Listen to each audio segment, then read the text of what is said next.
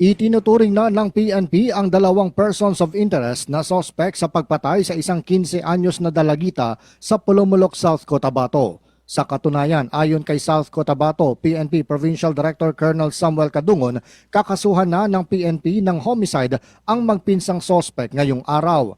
Sinabi ni Cadungon na may mga saksi na nakakita sa mga sospek na kasama ng biktima na nakaangka sa motor isang araw bago ito natagpuan sa Pineapple Plantation sa Barangay Maligo nitong Enero 14. Dagdag pa ni Cadungon, mayroon din anyang nakakaalam kung saan dinala ng mga sospek na 22 at 26 anyos ang biktima. Ayon kay Cadungon, mayroon ding hindi maipaliwanag na mga kalmot ang isa sa mga sospek. Ito ay maliban pa sa damit ng isa sa mga ito na narecover ng mga pulis katabi ng bangkay ng biktima.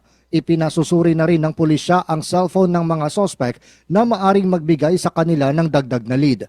Kinumpirma rin ni Cadungon na magkakilala ang biktima at mga salarin.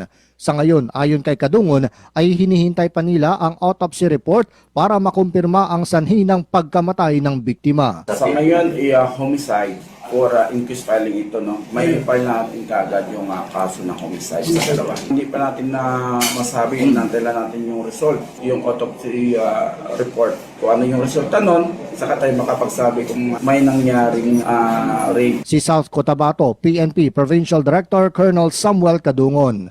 John Jonosa, NDBC, Bida Balita.